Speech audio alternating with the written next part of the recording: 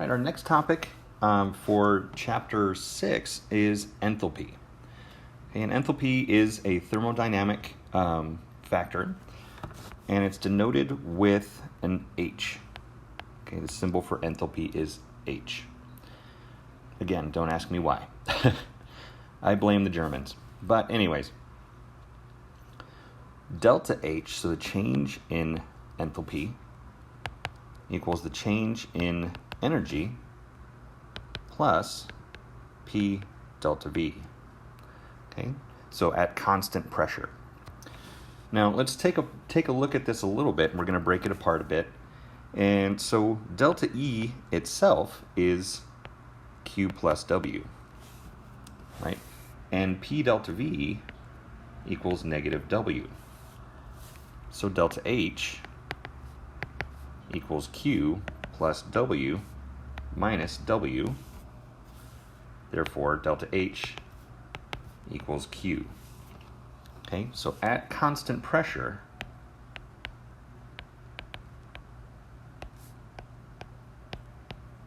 enthalpy equals heat.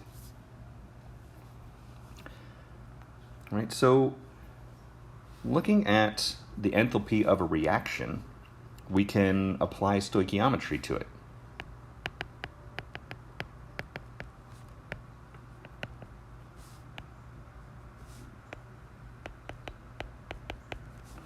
Okay, so we can look at the amount of heat that comes from a given reaction. So for example, if I have a combustion of a hydrocarbon, in this case propane, C3H8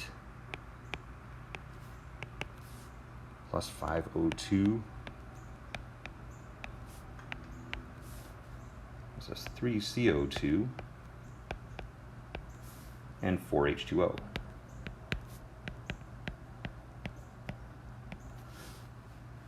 And we're given that delta H of the reaction is negative 2044 kilojoules.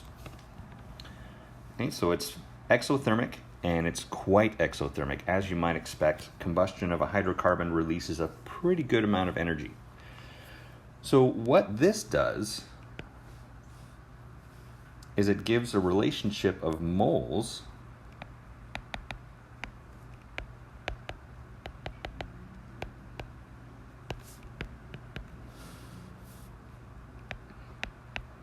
in the reaction to the energy of the reaction.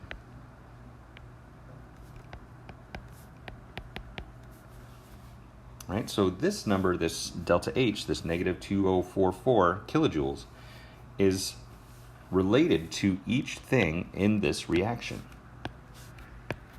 by its stoichiometry. So I can say negative 2044 kilojoules per 1 mole of propane, or I can say negative 2044 kilojoules per 5 moles of O2, or that related to 3 moles of CO2,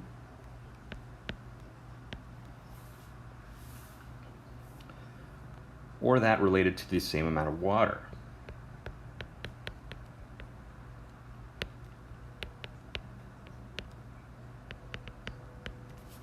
Okay, notice that I'm taking each of these things right out of the equation for the reaction. And guess what? They're all conversions.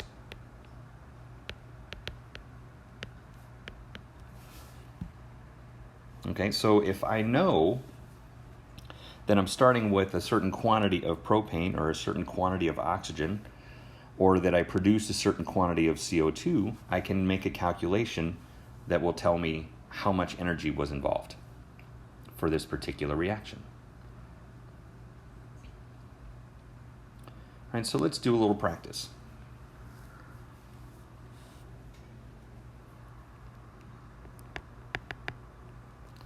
So given 13.2 kilograms of propane,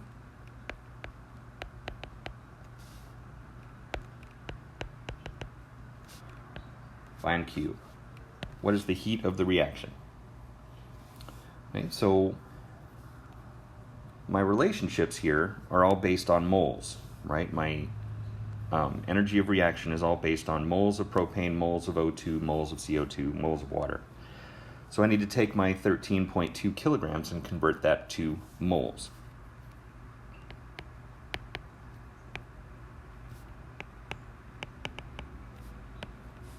All right, first get rid of my kilograms.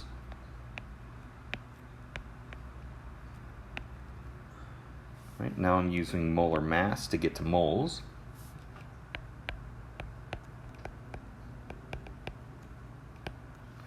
And it happens to be 44.09 grams. And so now I can use the energy of the reaction as a conversion factor.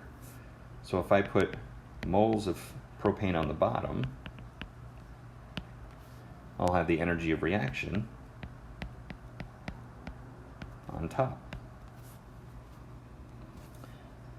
So just to check my work and make sure that I've put all my units in the right place, my kilograms cancel, my grams will cancel, and my moles of propane will cancel.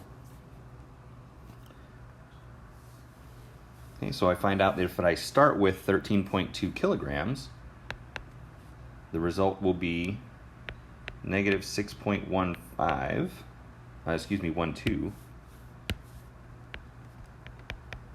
times 10 to the 5 kilojoules released.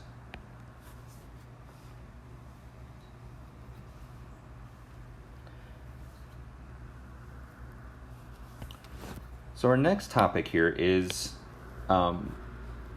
more on enthalpy, and specifically how enthalpy can be manipulated. Okay, so for any reaction,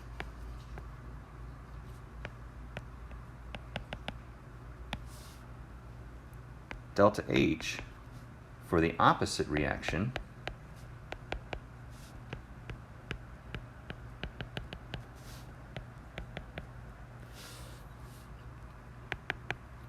is equal in magnitude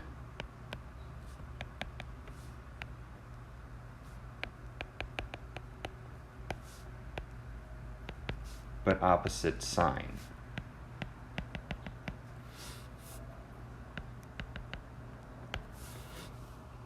Okay, so for example, a generic reaction, if I have A plus 2B yields C, delta H for that reaction.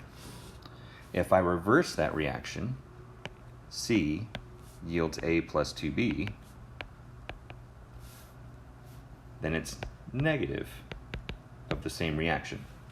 Or I can simply say delta H2. Okay, so whatever I do to my reaction, I do to my delta H. So if I reverse my reaction, I just go opposite sign on the delta H.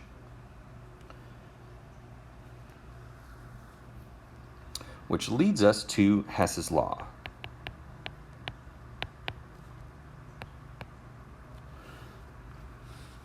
So Hess's law says that the delta H for individual steps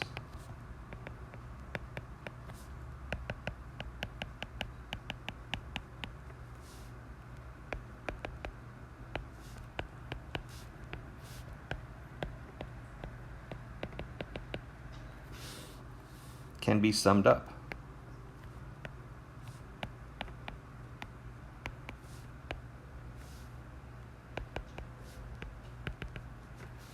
To give the delta H of an overall reaction.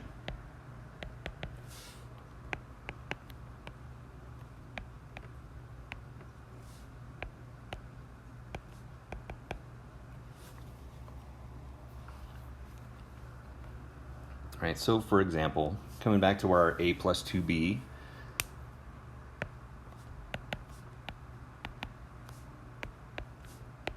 I'll have a delta H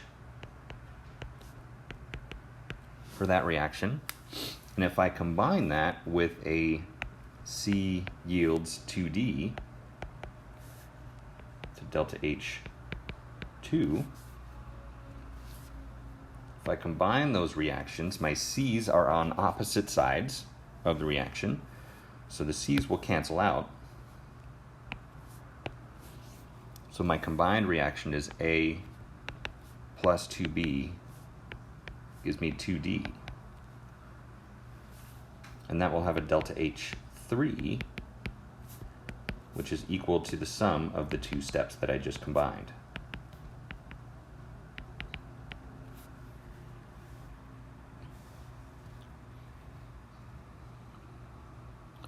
All right, so let's do a practice with this, sort of in a real scenario.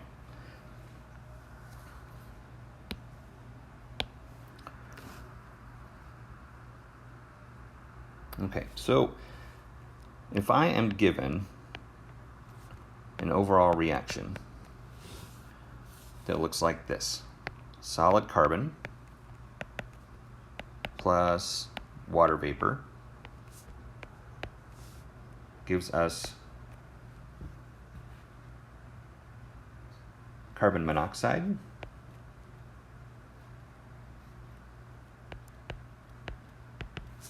and hydrogen gas.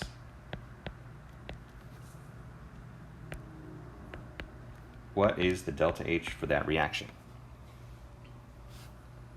All right, so we're given a set of 3 reactions to combine so that we can figure that out.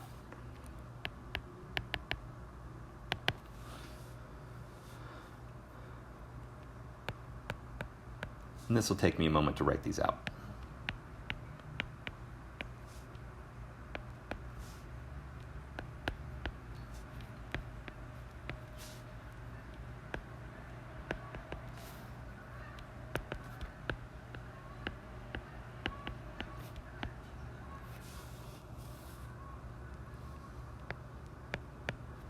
Probably going to edit this video, but we'll see.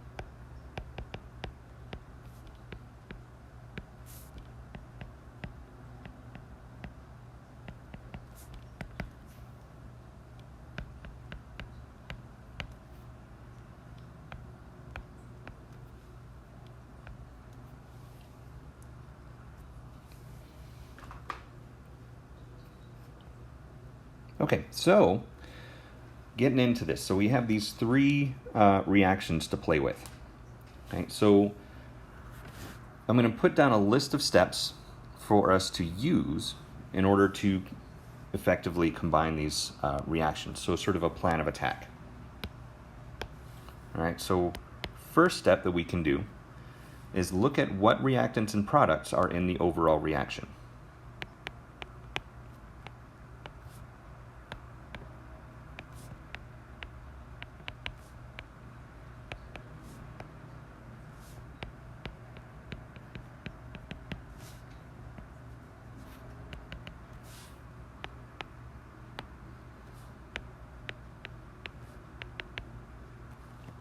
Okay, so, and the reason for that is what I want to do is go through my 3 reactions here, and I want to label where my reactants and products are from the overall reaction.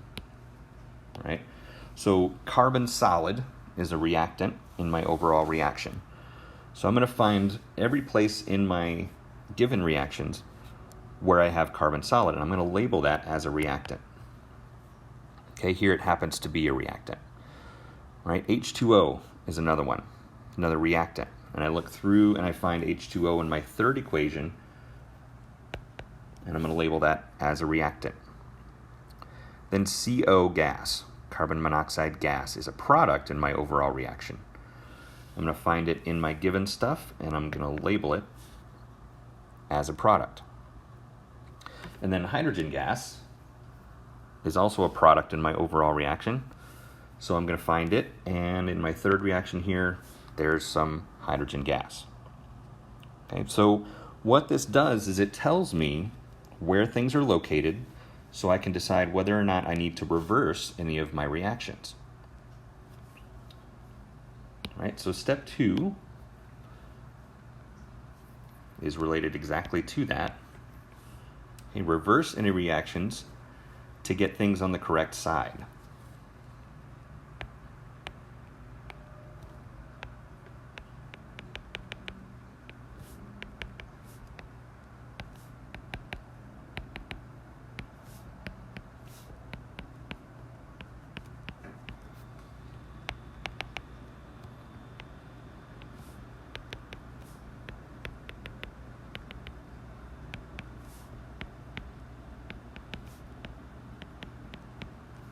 Okay, the other reason to reverse reactions would be to make things cancel out that don't appear in our final reaction. Okay, so taking a look at what we have up here, in my overall reaction, I don't have any oxygen in that overall reaction, or any carbon dioxide. Okay, so I'm going to underline all the things that I want to get rid of,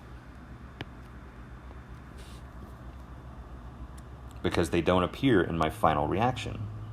All I want is carbon, water, carbon monoxide, and hydrogen gas. Anything else is a spectator that I need to figure out how to eliminate. In our third step is I'm going to multiply as needed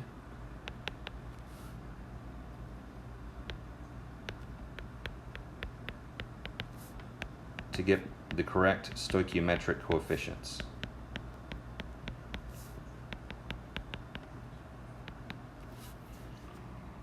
Okay, so my goal is to get effectively one of each component in my overall reaction.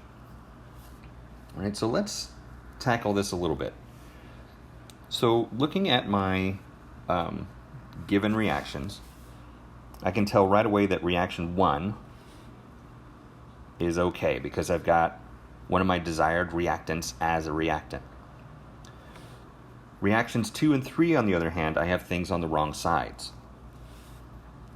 So I'm going to reverse reaction 2, and I'm going to reverse reaction 3. Now remember, anything that I do to my reaction, I also have to do to my delta H for that reaction. So I'm going to come down here and rewrite things where I have some space. So reaction 1 was fine as far as things being on the correct side. And we have our delta H of negative 393.5. Is that right? Yes.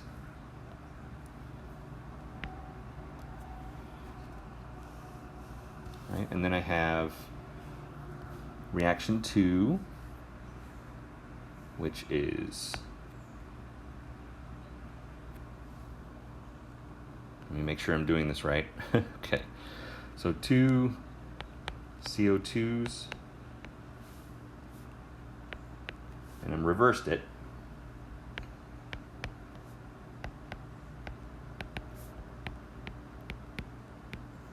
Okay, and remember, anything that I do to my reaction, I have to do to my delta H, so I'm going to flip the sign. So now this is a positive 566. All right, and then I'm going to do the same thing to my third reaction, so I get 2H2O,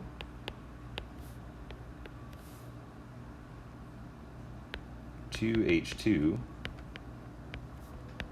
and O2 gas. And flip the sign on that, so now it's positive 483.6.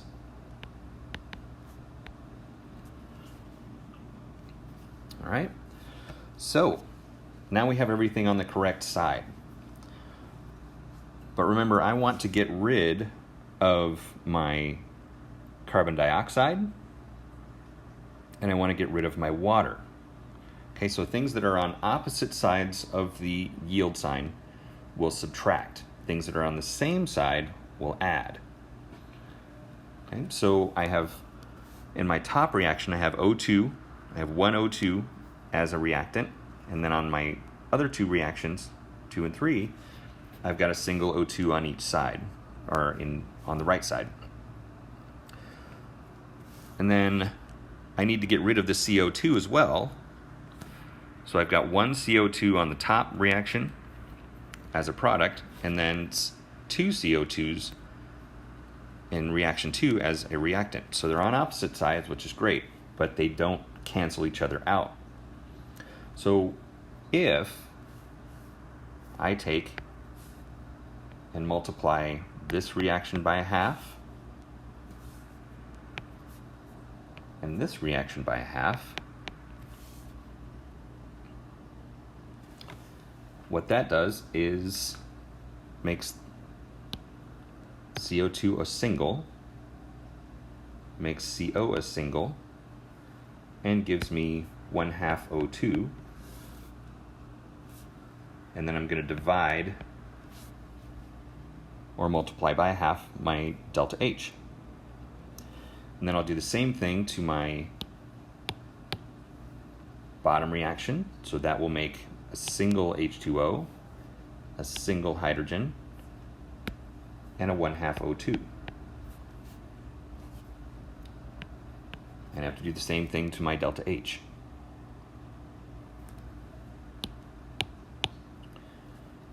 Okay, so let's take a look at what we have now. These are like little puzzles to make things work out for you. So in reaction 1, I have a single O2 on the left, and in reactions 2 and 3, I have 1/2 O2s as products. So collectively, those products add up to a single O2, which will cancel that out. All right, and then in reaction 1, I have CO2 as a product, and in reaction 2, I have a single CO2 as a reactant. So opposite sides, they subtract, 1 and 1, they go away.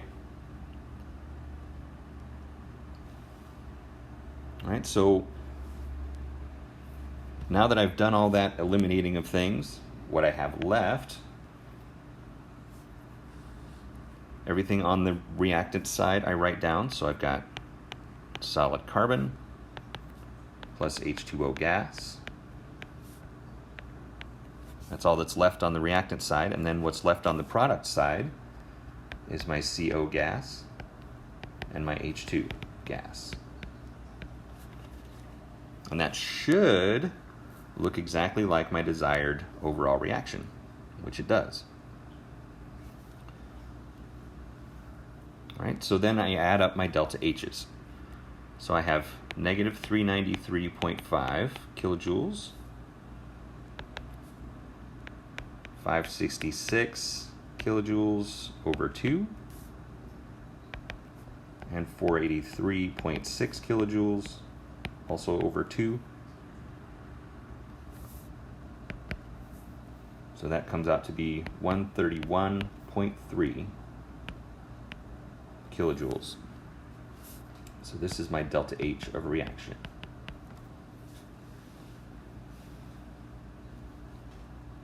All right, we're going to go ahead and stop this video here. This one went a little bit long, and we'll pick it up on our next video.